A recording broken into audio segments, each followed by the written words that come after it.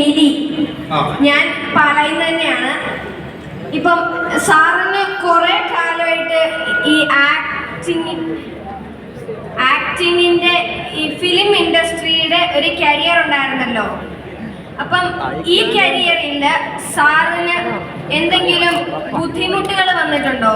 ആരെങ്കിലും അവോയ്ഡ് ചെയ്തായിട്ടോ അവഗണിച്ചതായിട്ട് തോന്നിട്ടുണ്ടോ?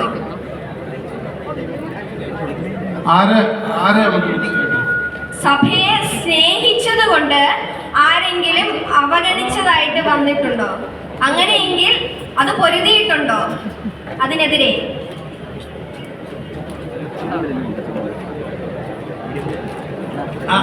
ചോദ്യത്തിൽ എന്തോ ഒരു ക്ലാരിറ്റി.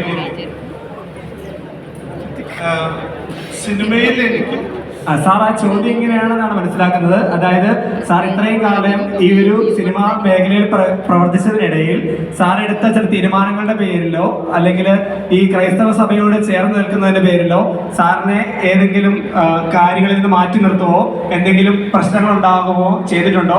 അതിന്റെ പേരിൽ സാർ ഏതെങ്കിലും സിനിമകൾ വേണ്ട എന്ന് വെക്കുകയോ വല്ലതും ചെയ്തിട്ടുണ്ടോ എന്നാണ് ചോദിച്ചത്. ഹലോ, ക്ലിയർ ആയി? മോളുടെ പേര് മിലി. എൻ്റെ എക്കോ വരുന്നുണ്ട്, ഒരു മിനിറ്റ്.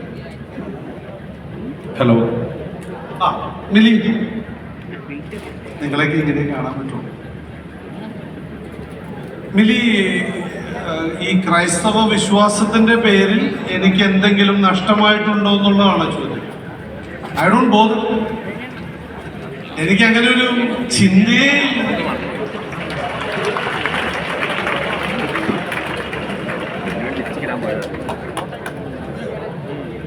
എൻ്റെ അപ്പനെയും അമ്മയുടെയും കല്യാണത്തിന് മുമ്പ് ഒരു കഥയുണ്ട്. എൻ്റെ അമ്മയുടെ അപ്പച്ചൻ മകൾക്ക് ചെറുക്കനെ അന്വേഷിച്ചു പോയി. അപ്പൊ എൻ്റെ അപ്പനൊരു സ്കൂൾ അധ്യാപകനായിരുന്നു. അങ്ങനെ ഒരുപാട് സ്ഥലത്ത് ചെറുക്കനെയൊക്കെ നോക്കി നടക്കുന്ന സമയത്ത് ഒരു സ്ഥലത്ത് ചെന്നപ്പോ തെങ്ങിന്റെ താഴെ തടവൊക്കെ എടുത്തുകൊണ്ട് നിൽക്കുന്ന ഒരു പയ്യനെ കണ്ടു. അപ്പോ എൻ്റെ അപ്പാപ്പന് വാശിയായി, എൻ്റെ മകളെ ഞാൻ ഇവനെ കൊണ്ട് തന്നെ കെട്ടിക്കും. എന്താ കാര്യമെന്ന് എൻ്റെ അമ്മച്ചിയുടെ ആങ്ങളമാര് ചോദിച്ചപ്പോ അപ്പച്ചൻ പറഞ്ഞതെന്താ പറയുക? എൻ്റെ അപ്പാപ്പൻ പറഞ്ഞത്, എടാ അവന് അധ്യാപകനാന്നുള്ളൊരു ജോലി പോയെന്ന് വെക്കും, അവൻ തൂമ്പ എടുത്ത് പറമ്പിൽ പണിയെടുത്തിട്ടാണെങ്കിലും എൻ്റെ മോൾക്ക് അവൻ ചെലവിന് കൊടുക്കും എന്ന് ഉറച്ച തീരുമാനമെടുത്ത അപ്പാപ്പന്റെ അതേ ബ്ലഡില ഈ സിനിമ എനിക്ക് ഇല്ല എന്ന് വെച്ചോ. I don't bother. മനുഷ്യനോ കുറച്ച് സിനിമാക്കാരോ അല്ല എൻ്റെ ജീവിതം നിയന്ത്രിക്കുന്നത്. എൻ്റെ ജീവിതം നിയന്ത്രിക്കുന്നത് എൻ്റെ ദൈവമാണ്. ആ ദൈവത്തിലേക്ക് എന്നെ അടുപ്പിക്കാൻ അവൻ ആഗ്രഹമുള്ളതൊക്കെ എനിക്ക് തരും. അവനിൽ നിന്ന് എന്നെ ദൂരെ മാറ്റുന്ന ഒരു സിനിമാ സൗഭാഗ്യങ്ങളും എനിക്ക് എൻ്റെ ദൈവം തരില്ല. അതുകൊണ്ട് ഞങ്ങളുടെ വല്യമ്മച്ചിയുടെ പ്രാർത്ഥനയിലുള്ള ഒരു പ്രാർത്ഥനയാണ് ഇപ്പൊ എന്റെ മനസ്സിൽ വരുന്നത്. എന്റെ ദൈവമേ, എന്റെ വല്യമ്മച്ചി ചങ്ങനാശ്ശേരിക്കാരിയാണ്, പാറേപ്പള്ളി മാതാവിന്റെ അടുത്താണ്. വല്യമ്മച്ചിയൊക്കെ പറയുന്ന അറിയോ, ഞങ്ങളെ പണത്തിൽ കുറച്ചാലും പുണ്യത്തിൽ കുറയ്ക്കല്ലേ എന്ന് പറയും. കേട്ടിട്ടുണ്ടോ?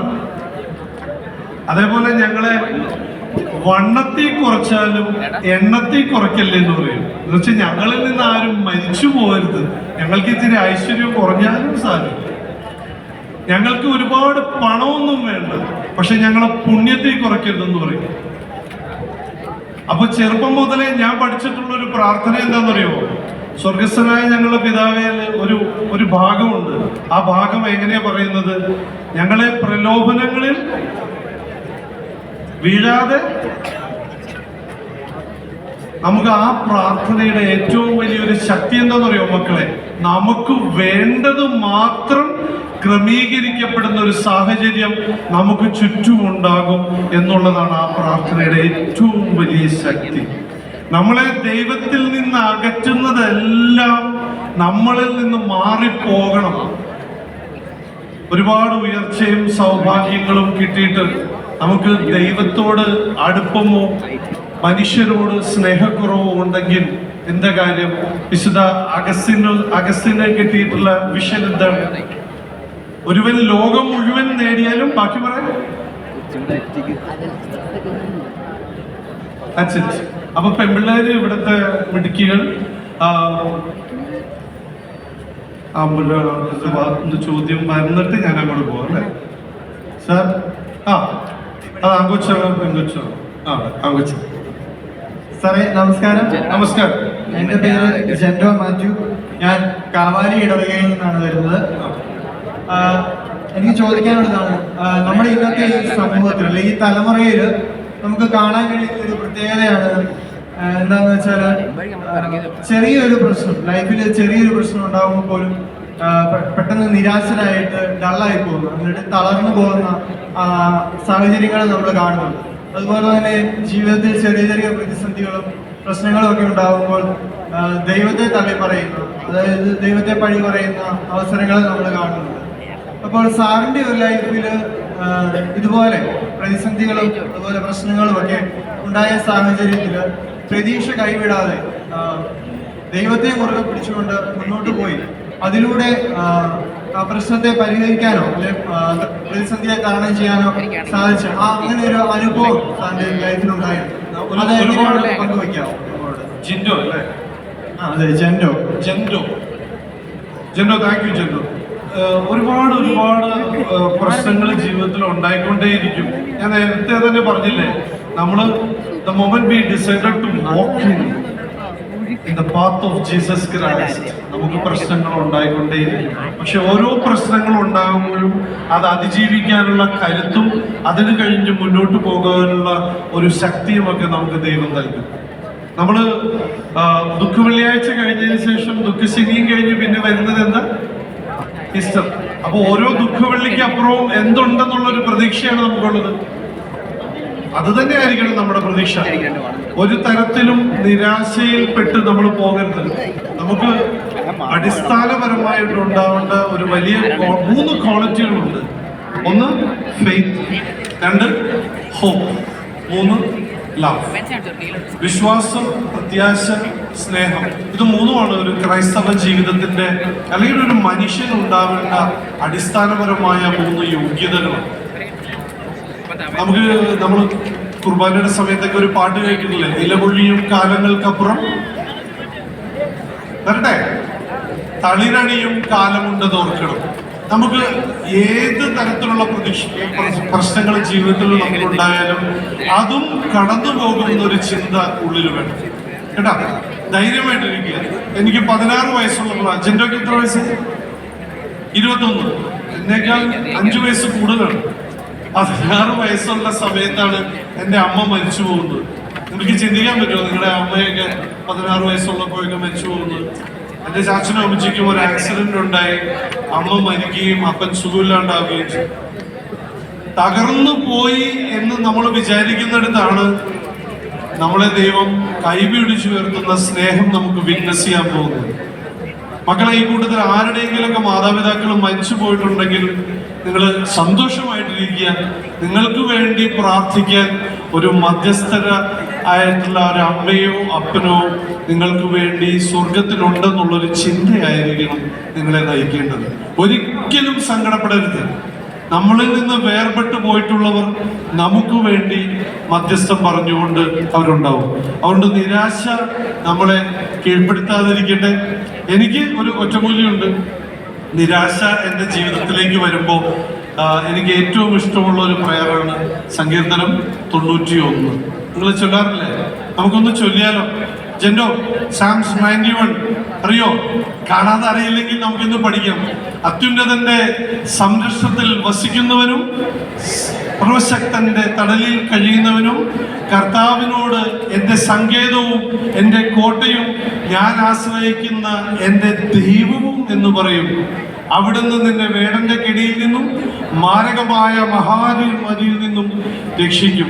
തന്റെ തൂവലുകൾ കൊണ്ട് അവിടുന്ന് നിന്നെ സംരക്ഷിക്കും.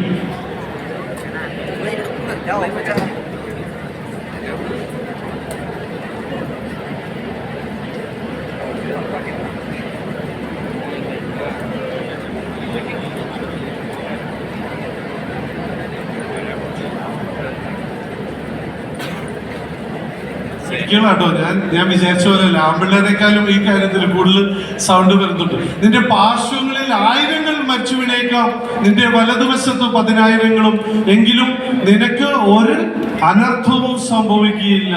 ദുഷ്ടരുടെ പ്രതിഫലം നിന്റെ കണ്ണുകൾ കൊണ്ട് തന്നെ നീ കാണും. നീ കർത്താവിൽ ആശ്രയിച്ചു, അത്യുന്നതനിൽ നീ വാസം ഉറപ്പിച്ചു. നിനക്കൊരു തിന്മയും ഭവിക്കുകയില്ല, ഒരനർത്ഥവും നിന്റെ കൂടാരത്തെ സമീപിക്കുകയില്ല. നിന്റെ വഴികളിൽ നിന്നെ കാത്തു പരിപാലിക്കാൻ അവിടുന്ന് തന്റെ ദൂതന്മാരോട് കൽപ്പിക്കും. നിന്റെ പാദം കല്ലിൽ തട്ടാതിരിക്കാൻ അവർ നിന്നെ കൈകളിൽ വഹിച്ചുകൊള്ളൂ. സിംഹത്തിന്റെയും അണലിയുടെയും മേൽ നീ ചവിട്ടി നടക്കും, യുവസിംഹത്തിന്റെയും സർപ്പത്തെയും നീ ചവിട്ടി മെതിക്കും. അവൻ സ്നേഹത്തിൽ എന്നോട് ഒട്ടി നിൽക്കുന്നതിനാൽ ഞാൻ അവനെ രക്ഷിക്കും. അവൻ എൻ്റെ നാമം അറിയുന്നത് കൊണ്ട് ഞാൻ അവനെ സംരക്ഷിക്കും. അവന്റെ കഷ്ടതയിൽ ഞാൻ അവനോട് ചേർന്ന് നിൽക്കും. ഞാൻ അവനെ മോചിപ്പിക്കുകയും മഹത്വപ്പെടുത്തുകയും ചെയ്യും. അറിയാൻ പാടില്ലാത്തവർ ഇന്ന് തന്നെ പഠിച്ചു കേട്ടോ. എല്ലാ ദിവസവും get the protection from the Lord. സങ്കീർത്തനം 91 അറിയാൻ പാടില്ലാത്ത ഒരൊറ്റ പാലക്കാരനും പാലക്കാരിയും ഇനി ഉണ്ടാവാൻ പാടില്ല. ഉറപ്പല്ലേ? അടുത്ത പ്രാവശ്യം നിങ്ങൾ യുവജന സമ്മേളനത്തിന് വരുമ്പോൾ സങ്കീർത്തനം 91 ഉറക്കെ എല്ലാവരും കൃത്യമായി ചൊല്ലുവാൻ സാധിക്കട്ടെ. ഒരു ഡിവൈൻ പ്രെയറാണ് മക്കളെ. അതിന്റെ പവർ അനുഭവിച്ച് തന്നെ അറിയണം. സിസ്റ്റേഴ്സ് ഒക്കെ ചിരിക്കുന്നുണ്ട്, കാരണം അവർക്കറിയാം അവരെ അനുദിനം വഴി നടത്തുന്ന ഇത്രയും ശക്തിയുള്ള ഒരു പ്രാർത്ഥനയാണ്. Thank you. അടുത്ത ചോദ്യം.